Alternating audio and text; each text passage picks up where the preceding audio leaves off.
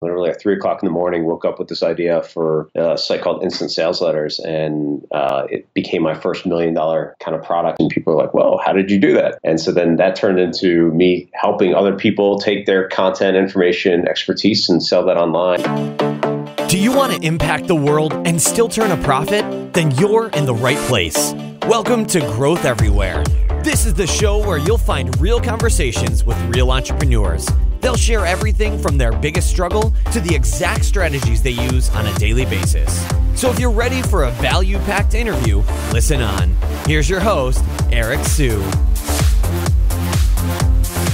Before we jump into today's interview, if you guys could leave a review and a rating and also subscribe as well, that would be a huge help to the podcast. So if you actually enjoy the content and you'd like to hear more of it, please support us by leaving us a review and subscribe to the podcast as well.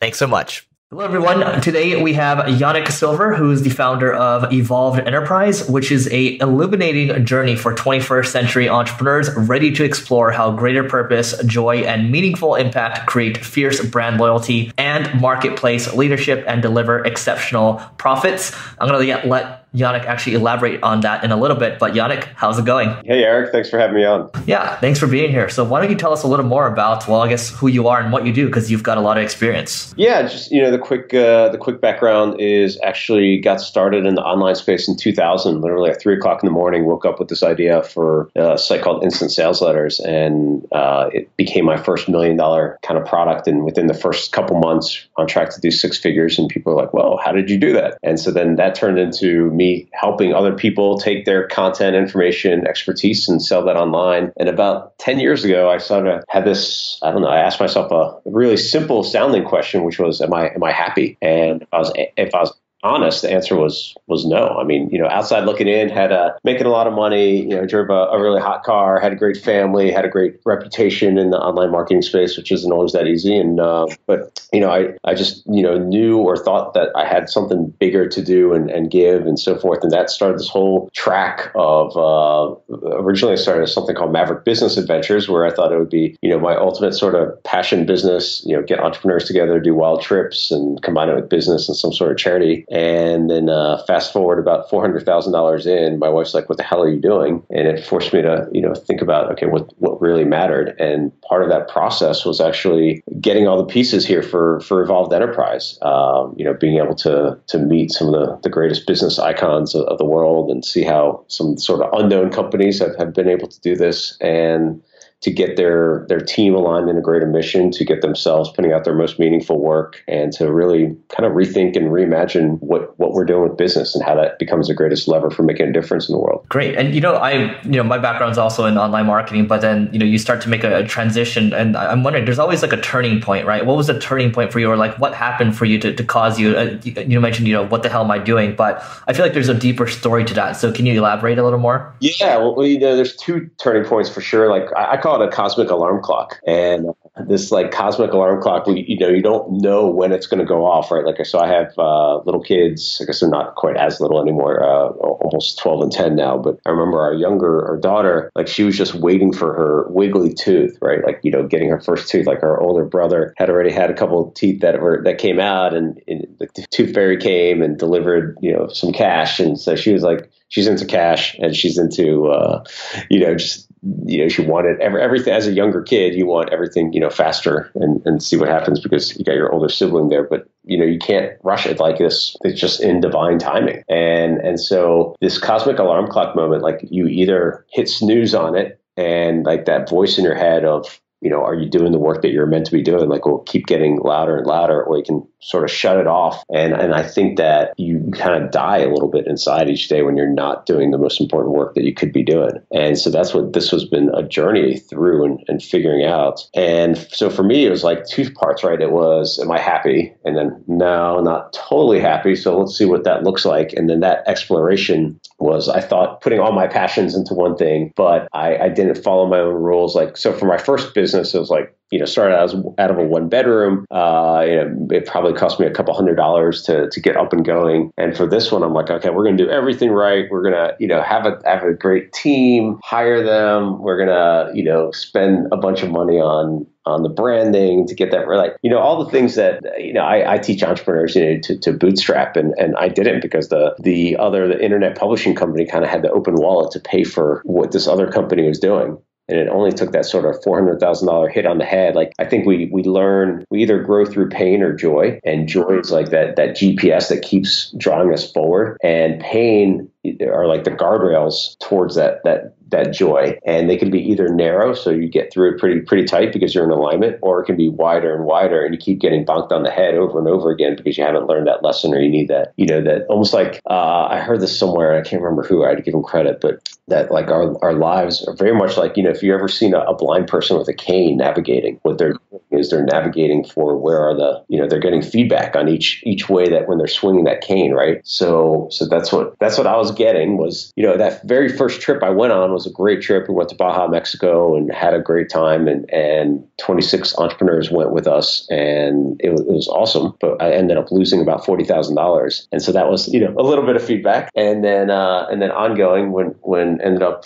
$400,000 in, like that became the bigger bonk on the head, and forced me to decide, is my why big enough? This is Maverick, right? And so, my why wasn't to build an adventure travel company. My why was to, our mission now has changed the way business is played. And that why wouldn't have come forth if I didn't have those sort of sideways moments with what we're doing. And it gave me this really, sort of wild time of like this golden handcuffs, right? Because I could easily have gone back to what I was doing, but it wasn't, I had outgrown that, and it wasn't my path anymore, but I could have done it. And again, I sort of would have slowly died inside, or trusting that there's something more that could be unfolding here, and what would that look like? And to just continue that process and sort of leap and hope and know that the wings will appear and grow. So correct me if I'm wrong. When you what I've read is you bootstrapped 8 different products and service ideas to over 7 figures or so. So when you talk about bootstrapping, where it sounds like the $400,000 mistake you made, was it because you had all these profits from the other company and you just lumped them over into this new venture? Is that what happened, and that was the big mistake, or was it something else? Yeah, there's a couple things. I mean, one for sure is like having that open checkbook. Yeah, like bootstrapping. So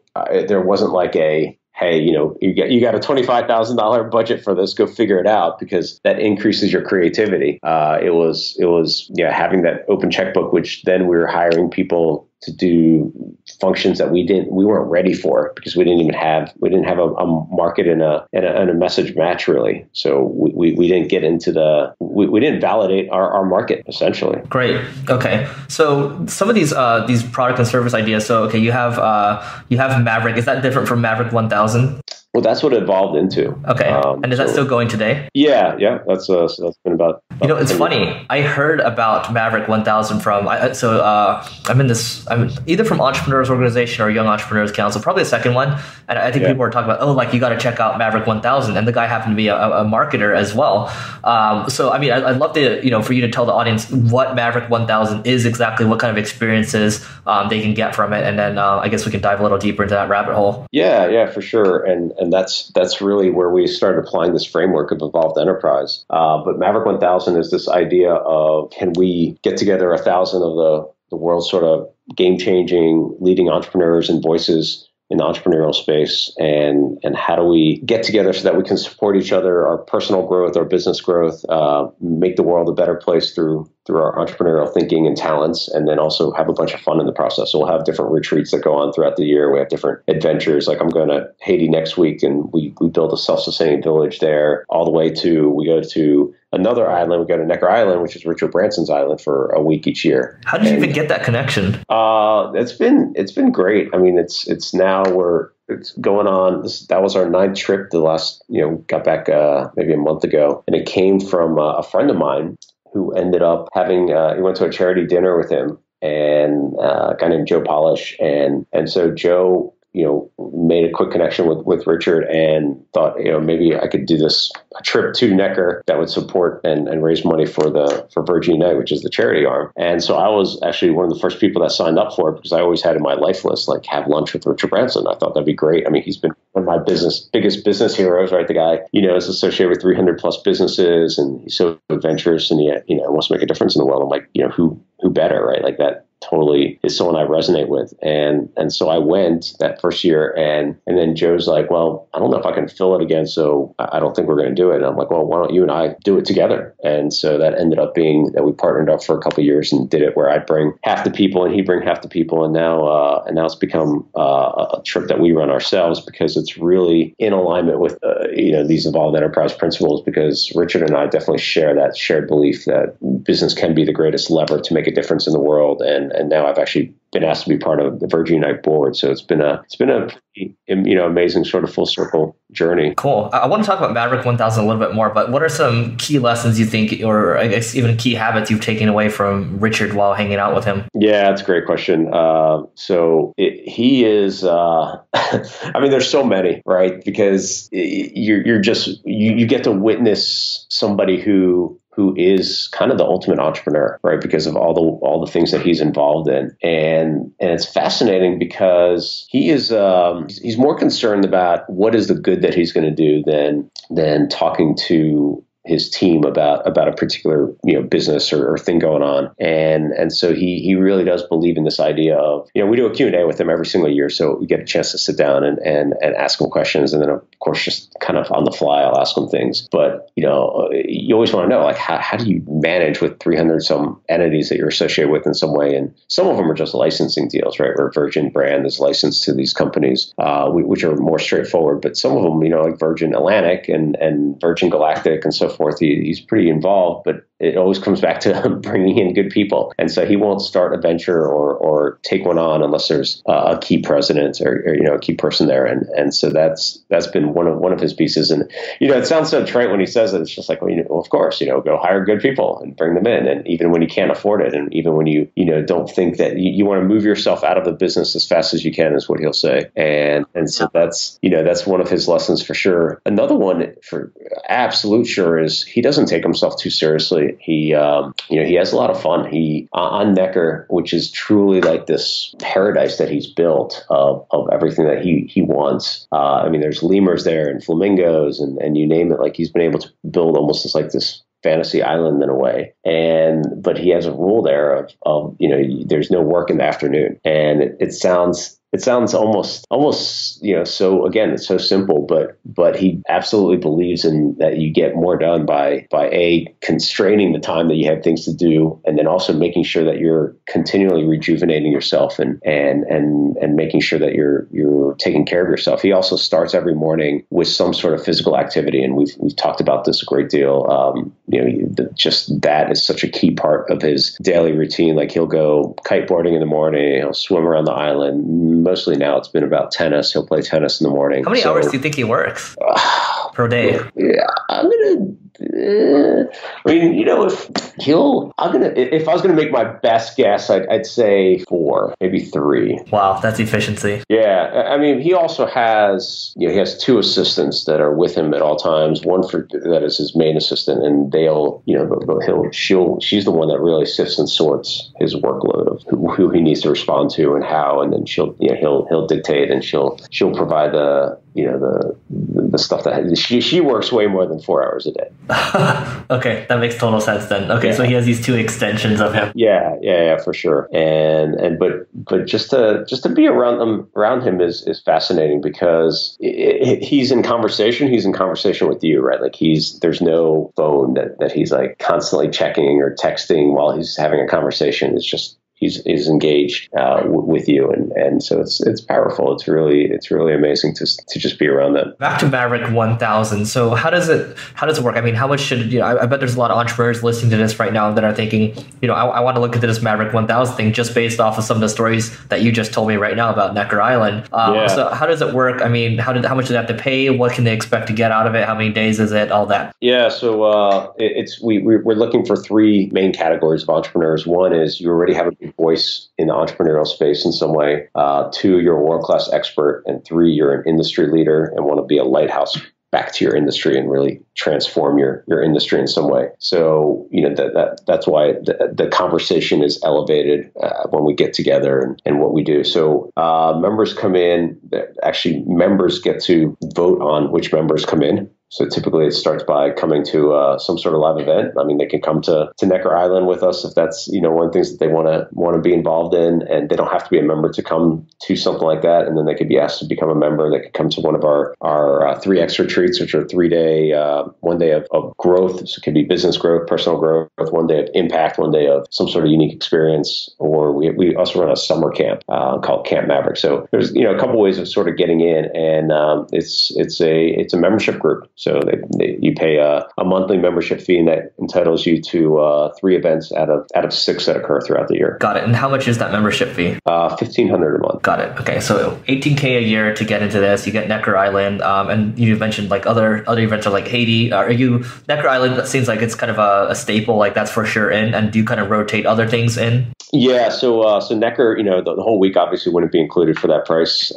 It's a different one. You do get invited to a beach party that we do on Necker with membership. So that's a fun way of kind of dipping your toe in the water. The trip to Necker is quite a bit more. But the things that are included are those retreats, a summit, the summer camp. We also do a family event where we teach kids 6 to 16 about business, and then things like Haiti or some of these other epic experiences that we do. So Haiti's an impact experience. Those are all separate. So they're based on where we're going and what we're doing. So Maverick 1000, that sounds like it's kind of its own thing now, and you've evolved into this evolved enterprise. Let's just call it a thing. So what is this evolved enterprise thing? Yeah, so evolved enterprise, it's really, I look at it as a seed that we want to help spread and sow for getting entrepreneurs to really kind of rethink their business and how could they actually align their head, right, like their business side, so the head, like our logical, our business side, our marketing smarts, and of course our creative side of our brain, with our hearts, like how do we want to make an impact in the world in a greater way, and then with our higher purpose, like of what were we designed to do here on our time, and when you get all that in alignment, to me that's how you start getting into this evolved enterprise. It's like moving from a transactional company to a transformational company to even transcending what business can be, and it's an ever growing. Actually, one of my friends was like, you should have called this evolving enterprise for your book, because it is kind of an evolving process and it continues, but it's a framework that starts from you. It's like us as the founder getting clearer on what drives us in a deeper way. And a lot of times when we start our businesses, it's maybe serendipitous kind of, figuring out a gap in the marketplace. And it's like, oh, this is cool, and figure out a way to make money. But then pretty quickly, it's like, okay, is this really the greatest use of my talents? Is this something that I feel like is worthy of me putting my life's energy towards? And when we really do stop and think about that, then we start getting everything else into alignment. And sometimes it comes with painful transitions, like what I was telling the story about, Maverick Business Adventures and so forth, and it not working out. Like that was the first thing that ever didn't quite work out. And it really forced me to start disassociating myself, like my net worth with my self-worth and my identity. Like our identity as entrepreneurs are so like deeply packed in and intermeshed together with our businesses, and starting to separate those. That was some of the work that you really have to do. Totally. And I mean, it takes a lot to evolve from, doing, so was it landing page work or sales copy work? Yeah, it was around, right, marketing and sales, and actually, so instant sales letters are like fill in the blank sales letter templates for business. So, I mean, you've evolved from that. I mean, I've watched one of the videos on Evolved Enterprise, and then I see Peter Diamandis, and I'm looking at your Skype picture right now. It seems like you're floating in the air or something like that, right? You're in some kind of space, I don't know, simulation or whatever. But how'd you get connected with so many of these kind of influencers? So for me, it's been about sharing this common sort of DNA about making a difference in the world through business, and how do we show up in that way? And it comes from, like, it can't come from an inauthentic place. Like that's That's really all I kind of care about. I call myself a catalyst of other catalysts, right? Like, so people that are doing big things in the world, like what I get excited by is giving them a sandbox or putting them in a sandbox with other people doing really big things in the world, and being able to nudge them a little bit, or my wife will get, she'll be annoyed at me because I'll be like, I just want to instigate the instigators and catalyze the catalysts and, connect the connectors. And she's like, okay, I got it. And, I could go on for like 10 of those, right? But it's exciting to do that because there's so much leverage that happens there. And that's where those relationships come from. It's from, also being really interested in, what do they want to do? Because most of them they have something big that they want to do. And how do I become a resource for them through our network or through, who else I'm connected to, and that can help them in some way, shape, or form. And I don't know, it's been, it's definitely been this amazing sort of journey of these relationships and this tapestry that's been woven from people that are doing some of the most amazing things in the world. Before I cover the offering for Evolved Enterprise, I mean, taking a business to transcendent, what does that mean? Does that mean, making the business more about, helping the world, charity, philanthropy, things like that? Or what does it mean to be transcendent is my question. Yeah, transcending is that highest level. So at transactional, it's, pretty much what it sounds like, right? Like I have an onion, you have an onion, and how do we sell it better? Transformational is everyone's identity. Whoever the business is in contact with changes. So it's my identity as a customer, my identity as a team member, like that changes in some way. And then transcending is like how do we use business as truly this gigantic force for good, and we're thinking about every aspect of it. So from our distribution to our talent within the organization to our voice, to who we're employing. So a good example of this, kind of an unknown example, I think, is this company called Ultra Testing. So I'll keep the example in the tech world. They do quality control and QA testing for like cross-browser platform compatibility for different things. And what they've done is hired people on the autism spectrum scale, because typically they're more engaged with repetitive work and attention to detail and so forth. So what could be this complete disadvantage, they've turned it into a competitive advantage. And to me, that's one way of transcending what our business can do. And I have 11 different impact models I talk about in the book, and this one's called Empowered Employment. Got it. Okay. So you have the book, and then Evolved Enterprise, is there like another offering? Is there something else people can get? Yeah. So there's the book, and then we ended up doing, through people wanted more. So we call this Evolved Enterprise Catalyst Coalition. It's a grouping of entrepreneurs who come together through an online virtual community, and then there's advanced training and materials inside there. Got it. Okay, great. Do you find it easier? I mean, you've done 8 different product and service ideas over 7 figures. Do you find it? You definitely find it more fulfilling, but do you find it easier to do business? Thinking with this new mindset shift. Oh, it's like 10 times better. I would say. I mean, the stats. So there's this isn't even like a trend. It's a seismic shift that's going on. And the data coming back, it's showing that it's happening from the inside out and the outside in. And the outside in is consumer buying behavior changing. It's consumers are willing to spend the same or more for companies or products with companies that have a purpose behind what they're doing, that have a greater mission, that are making a difference in some way. And then inside out is especially millennials, like they're willing to work for even less for companies that have a greater mission and purpose behind what they're doing. So it really does work. And, you'll find this interesting, maybe, Eric, is like from a standpoint on the digital side. I mean, we have some examples in there. I have friends that have been doing this where even like very simple things that you can add to your business, like on their shopping cart page, they had basically a choose your own donation for Make-A-Wish. And that decreased shopping cart abandons by like 15%. By just having that, a very simple little thing. I got another example in there of a friend of mine who did a split test with a little certificate that says, $50 from your purchase. It was a $2,000 product. $50 from your purchase goes to, making a difference in some way. I talked about some of the charities they've already worked with. And then the other A/B test didn't have that certificate, and they had a 10% bump in a $2,000 product. So, just from that sort of that data on that tactical level is really happening. Like this ROI is really fascinating to look at. The people that I think have done the longest range of data on this are the authors of this book called Firms of Endearment. And they looked at companies from the S&P 500, and they looked at companies that they call firms of endearment that had great culture and a bigger purpose behind them, public companies. So like Container Store, Whole Foods, Southwest Airlines, or a couple of them in there, and talking about the difference that they saw. Like it was negligible in like year 1, year 2, year 3, but then like year 5, year 10, year 15, you're looking at 1,400% difference in return. So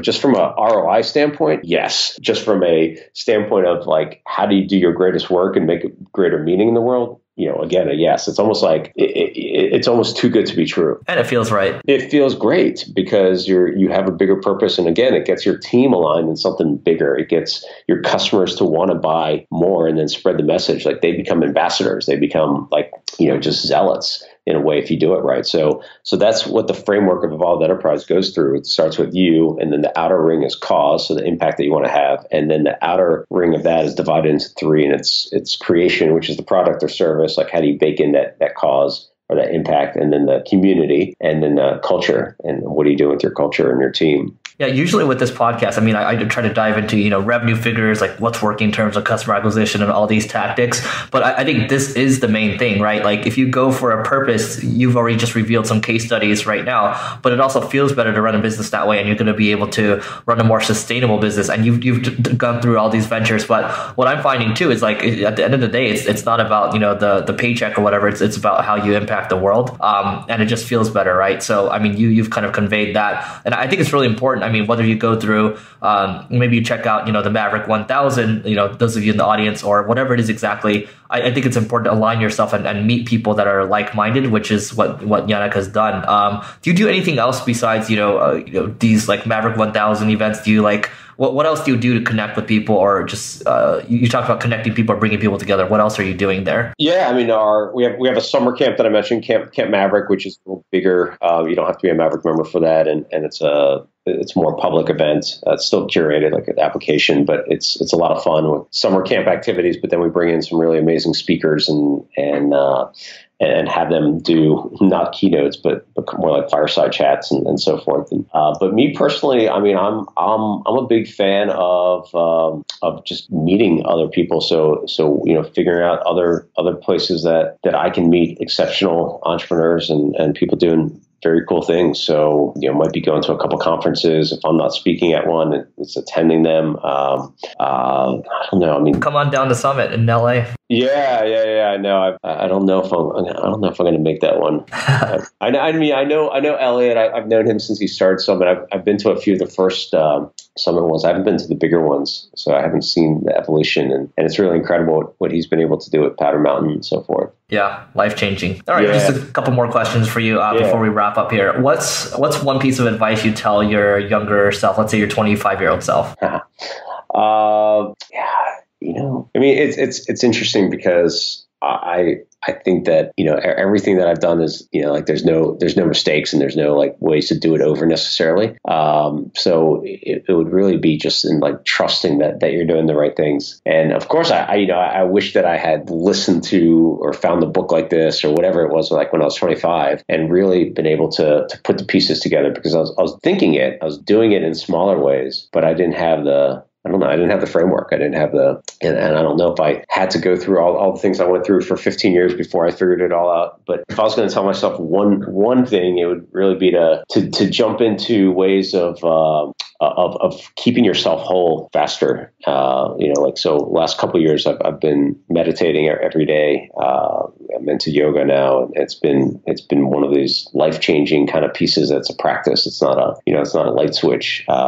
Taking my health more seriously, I have sugar once a week if I want to. So it's like all these little things, just like maybe I'd tell them to go experiment more with things, like that, like to just see what, how does that affect what you do and how you do them. Everything compounds, right? Yeah, for sure. Okay, so besides your book, and I know you recommended a book earlier in the podcast, I'm going to challenge you with a third book. What's one other must-read book you'd recommend to everyone? I like books maybe that not everyone has read. So the one that I would recommend is called The Great Work of Your Life. Wow. And it's by a guy named Stephen Cope. It's essentially written by a yogi, and it takes the Bhagavad Gita, which is one of our oldest spiritual texts, and aligns it with all these people throughout history, like the Mandelas of the world and the Gandhis and so forth. Susan B. Anthony, like how did they live? And this book is about living your dharma, like your true path, like your journey in that aspect, and getting full alignment with your dharma, and what does that look like? And so it's really it's a big read. It's really well written, so it's not hard. It's not like you're not slogging through it, and it's actually pretty neat to see all these people's lives who have done something great, and like when they found what that was that they were meant to do and how everything aligned and got turbocharged. Awesome. Well, Yanik, this has been great. What's the best way for people to find you online? You can check out my blog that I intermittently blog at, which is yaniksilver.com, YANIK silver.com. Evolved Enterprise, the book is, on Amazon or anywhere else, or evolvedenterprise.com. We have a great package there where we actually, you help fund a village that we put together for micro entrepreneurs in East Africa. And then, if you're interested in some Maverick stuff, maverick1000.com. Great. Yanik, thanks so much for doing this. Thanks, Eric. It was awesome. Thanks for listening to this episode of Growth Everywhere. If you loved what you heard, be sure to head back to growtheverywhere.com for today's show notes and a ton of additional resources. But before you go, hit the subscribe button to avoid missing out on next week's value-packed interview. Enjoy the rest of your week, and remember to take action and continue growing.